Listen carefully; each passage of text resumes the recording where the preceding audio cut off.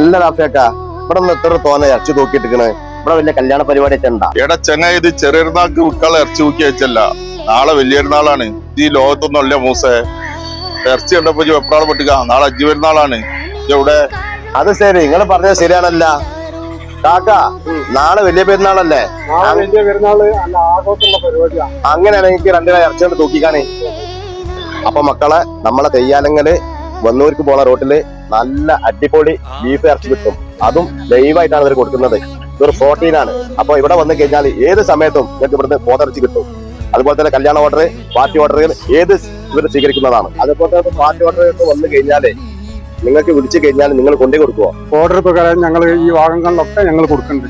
എല്ലാ കാറ്ററിംഗുകാർക്കും എല്ലാ പാർട്ടിക്കാർക്കും ഞങ്ങൾ ഓർഡർ ചെയ്താലേ കൊണ്ടേ കൊടുക്കില്ല. പിന്നെ നിങ്ങൾക്ക് വേറെ ബ്രാഞ്ച് ഉണ്ട് ഇവിടെ തന്നെ? ബ്രാഞ്ച് നമ്മൾ ചെയ്യാല മാർക്കറ്റിനുള്ളിലുണ്ടല്ലേ?